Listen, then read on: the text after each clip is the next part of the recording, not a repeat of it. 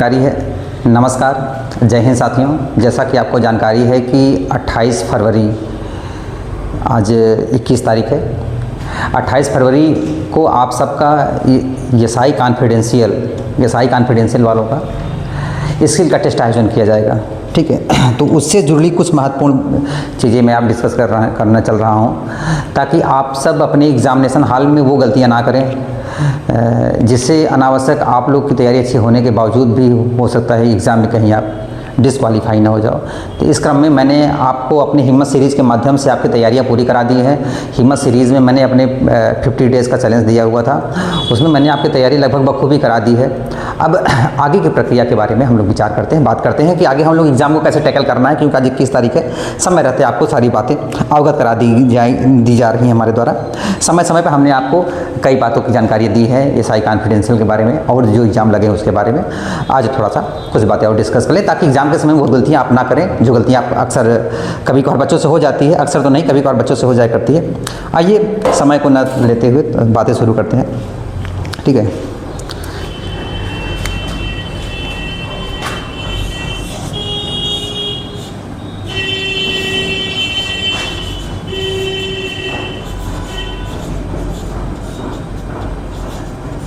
SI confidential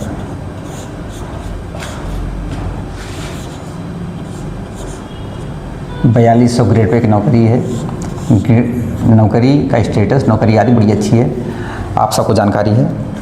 नौकरी आदि बहुत अच्छी है, एसआई पदों की संख्या भी ठीक ठाक है। ठीक है, आइए बात शुरू करते हैं एसआई कॉन्फिडेंशियल के बारे में, जिसका एग्ज़ाम अपना लगा है। एग्ज़ाम है इसका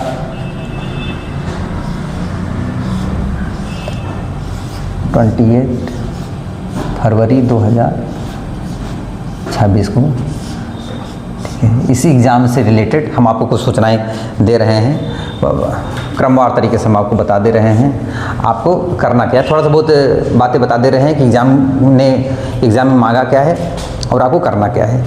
अगर आपकी तैयारी ठीक ठाक है तो आप लोग डिक्टेशन लिखते वक्त पेंसिल का प्रयोग करेंगे,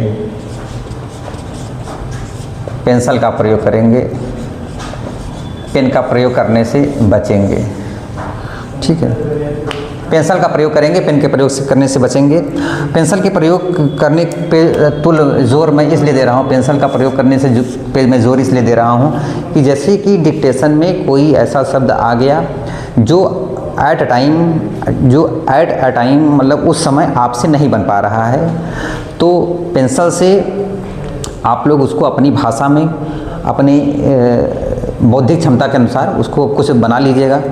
जैसे कि कोई भी शब्द आ गया कि मनोविकृति आ गई, जैसे कि मनोविकृति आ गई, समय रहेगा 80 वर्ड पर मिनट के हिसाब से बोला जाएगा। मनोविकृति आ गई, मन आपसे नहीं लिखा जा रहा है, तो आप क्या करोगे कि मनोविकृति को एम और वी लिख के आगे निकल जाओगे, बाद में आके उसको इरेज करके पेंसिल लेके आगे बढ़ जाओगे, बाद में आके उसको इरेज करके उसका जो शब्द चिन्ह होगा कुछ ऐसे अपने दिमाग से ईजाद करके आप उसको, और कोशिश करिएगा कि प्रॉपर नाउन के नीचे, जैसे कि प्रॉपर नाउन के इर्द गिर्द ही पूरा स्टैंजा चलता है, प्रॉपर नाउन के नीचे डबल 2 लाइनें खींच के चलिएगा। जहाँ प्रॉपर नाउन आएगा वहाँ 2 लाइनें खींच के चलिएगा। इससे जब आप लोग ट्रांसक्राइब करोगे, उसको अपने मैटर को ट्रांसक्राइब करोगे, तो वो वहाँ से पता रहेगा कि इसी शब्द के इर्द गिर्द पूरा पैरा घुमा हुआ है, तो पढ़ने में थोड़ा सा आसानी हो जाता है, जल्दी हो जाता है। और ट्रांसक्रिप्शन आपको लाइन दर लाइन करना है, एक शब्द नहीं ट्रांसक्राइब करना है, ट्रांसक्रिप्शन को आपको लाइन दर लाइन करना है। दूसरी बात, ट्रांसक्रिप्शन करते वक्त आपको ट्रांसक्रिप्शन को लाइन दर लाइन, मतलब जैसे कि पूरा एक सेंटेंस पढ़ लेंगे, सेंटेंस पढ़ के फिर ट्रांसक्रिप्शन करेंगे। ठीक है, ये चीज़ ध्यान रखेंगे। जब आप लोग डिक्टेशन जो बोला जाएगा, डिक्टेशन गति होगी वो 80 वर्ड पर मिनट की, 5 मिनट में 400 वर्ड बोले जाएंगे, है ना। 15% गलती जो है माफ़ है। ठीक है, मतलब 60 गलतियाँ आपकी माफ़ है। इसके आगे अगर गलती करोगे तो आप फेल माने जाओगे, फेल हो जाओगे।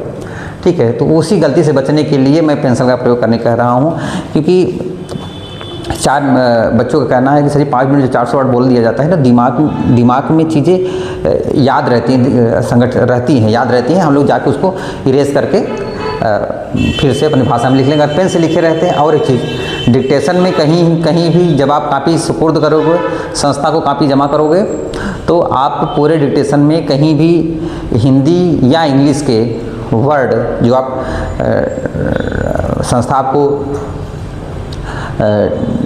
बोला जाएगा, जो आपको श्रुतिलेख बोला जाएगा, जब आप उसको लिखोगे तो उसमें कहीं भी आप हिंदी और इंग्लिश वर्ड का प्रयोग नहीं करोगे। ट्रांसक्रिप्शन जो करोगे तो कापी जो है आपका ट्रांसक्रिप्शन वाली भी और जो श्रुतिलेख लिखे हो, शॉर्ट हैंड जो लिखे हो, वो दोनों जमा हो जाए। जो आप श्रुतिलेख लिखे हो है ना, उसमें कहीं भी हिंदी इंग्लिश का वर्ड का प्रयोग नहीं करना।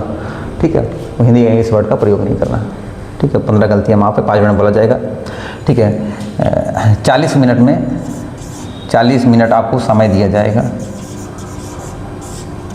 इसको ट्रांसक्राइब करने के लिए आपको 40 मिनट का समय दिया जाएगा। ट्रांसक्राइब करने के लिए आपको 40 मिनट का समय दिया जाएगा। बहुत समय पर्याप्त है, समय की कमी नहीं है, समय बहुत पर्याप्त है। ठीक है,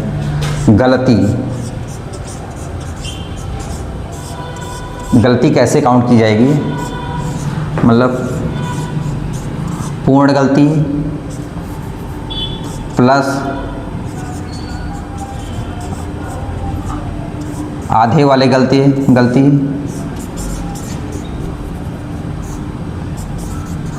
टोटल शब्द गुणते 100। ठीक है, गुणते 100, इस तरह आपकी गलती काउंट की जाएगी। आप सबको जानकारी है, इसके पहले मैंने एक वीडियो में सारी बातें इसके बारे में बहुत अच्छा समझा दिया है, उसके बारे में आपको। अच्छा, जब आप इसको ट्रांसक्रिप्शन करोगे तो मंगल फांट जो होता नहीं, मंगल फांट यूनिकोड इन स्क्रिप्ट में आप इसको ट्रांसक्राइब करोगे। मंगल फांट यूनिकोड इन स्क्रिप्ट में आप इसको ट्रांसक्राइब करोगे। ये सब बातें मैंने पहले आपको सूचनाएं दे दी हैं। ठीक है, तो जब ये गलतियां हैं तो इसमें से गलती 2 प्रकार की है, एक पूर्ण गलती, एक हाफ गलती।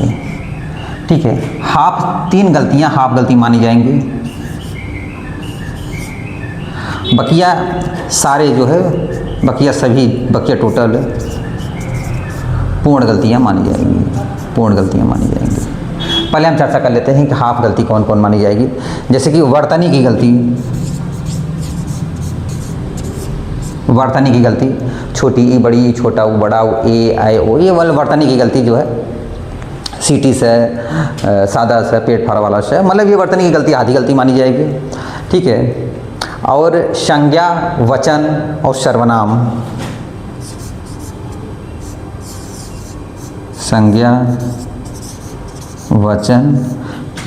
और वचन की गलती को आधी मानी जाएगी। ठीक है, जैसे कि आप पूर्ण विराम या अर्धविराम का लोप करोगे, लोप मतलब नहीं लगाओगे या गलत जगह लगाओगे तो भी वो आधी गलती में मानी जाएगी। ये 3 आधी गलतियां हैं। पूरी गलतियां करीब 5-6 हैं। तो उसमें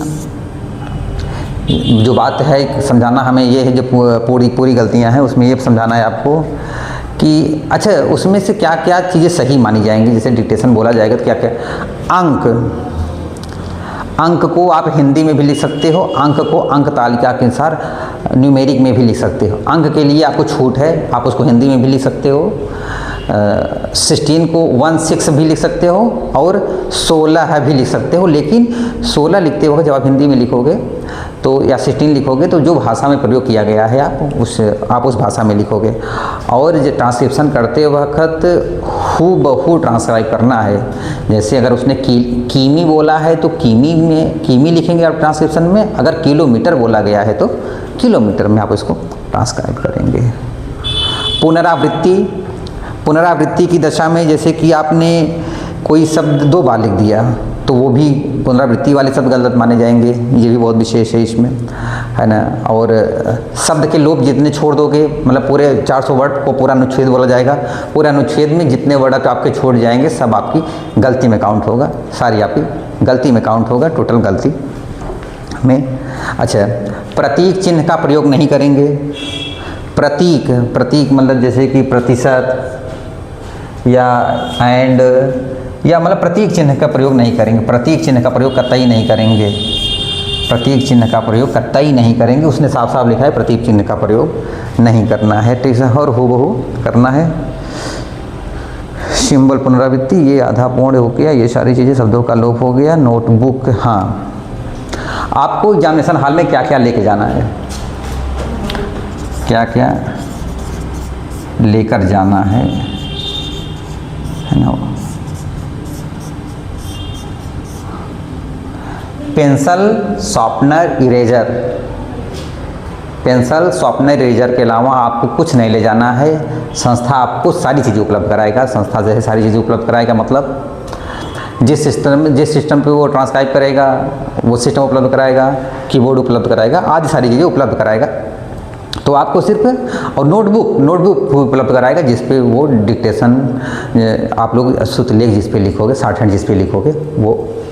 और कौन सी होती है, वही जो अपनी बुकलेट वाली कापी नहीं आती है, ये वाली, है ना, यही वाली कापी आपको उपलब्ध कराई जाएगी, है ना, ये वाली कापी उपलब्ध करा दी जाएगी। मुझे उम्मीद करते हैं कि आपको चीज़ें समझ में आई होंगी। अच्छा, जो बातें आपको नहीं समझ में आएंगी कमेंट करके पूछ लीजिएगा, और अगर आप नए हैं तो हमारे चैनल को सब्सक्राइब कर लीजिएगा। ढेर सारे बच्चे, अच्छा, हिम्मत सीरीज़ के अगर आपको कुछ फ़ायदा मिला होगा, आप हमारे बराबर देख रहे हैं, तो हमने एसआई कॉन्फिडेंशियल के लिए हिम्मत सीरीज़ चलाई थी। हिम्मत सीरीज़ चलाई थी, 50 डेज़ का इसका चैलेंज था, लोग जानते हैं। 50 डेज़ का चैलेंज था। हम सुबह जाके न्यूज़पेपर बोल दिया करते थे, और रामधारी न्यूज़ सुबह 7 बजे, 7:30 बजे लगभग न्यूज़पेपर संपादकीय बोला करते थे। दोपहर में रामधारी बोला करते थे। न्यूज़पेपर संपादकीय बोल दिया करते थे, रामधारी खंड 2 का कोई एक एक्सरसाइज बोला करते थे। दोपहर में करीबन 12 से 3 के बीच में रामधारी खंड 1 के 2 अभ्यास लगभग 800 वर्ड बोला करते थे, और शाम को आनंद वगैरह या अनुपम वगैरह बोल दिया करते थे। 50 दिन में मैंने बहुत बखूबी पूरी तैयारी आपकी करा दी। निम्न गति से लेकर उच्च गति थी। आप तैयारी अपना लोग कर रहे हैं। यूपी SSC 333 और 1224 के लिए जो बच्चे हमसे जुड़ना चाहते हैं जुड़ जाएं, है ना। अच्छा, करीबन नवंबर महीने से रेगुलर मंडे टू सैटरडे और संडे को टेस्ट, मंडे टू सैटरडे हम आपको न्यूज़पेपर की संपादकीय उपलब्ध कराते हैं। संपादकीय के साथ साथ ऊर्जा भी उपलब्ध करा रहे हैं। संपादकीय के साथ साथ ऊर्जा भी उपलब्ध करा रहे हैं। ये सारी चीज़ें आपकी एग्ज़ाम के लिए बहुत महत्वपूर्ण है। और जिन बच्चों को हमसे जुड़ सकते हैं, और जिनको पेपर नहीं उपलब्ध हो पाता है, तो हमारे एक व्हाट्सएप चैनल है, उस पर हमको हाई लेके भेज दें, तो हम उसको आपको जोड़ लेंगे। तो उस हिसाब से आपको न्यूज़पेपर भेज दिया करेंगे, तो इससे आपकी न्यूज़पेपर से मिलान कर लेंगे, तो ठीक रहेगा कि आपने उस दिन में क्या गलतियाँ की थी। आपको जो भी असुविधा हो आप हमसे पूछ सकते हैं, बात कर सकते हैं। गौरी स्टेनो अवार्ड में आप हमें देख रहे हैं, मैं आपका Hindi short hand teacher IB Singh हूँ, ठीक है। जो भी असुविधा हो आपके एग्ज़ाम के लिए आपको बहुत बहुत धन्यवाद दोस्तों।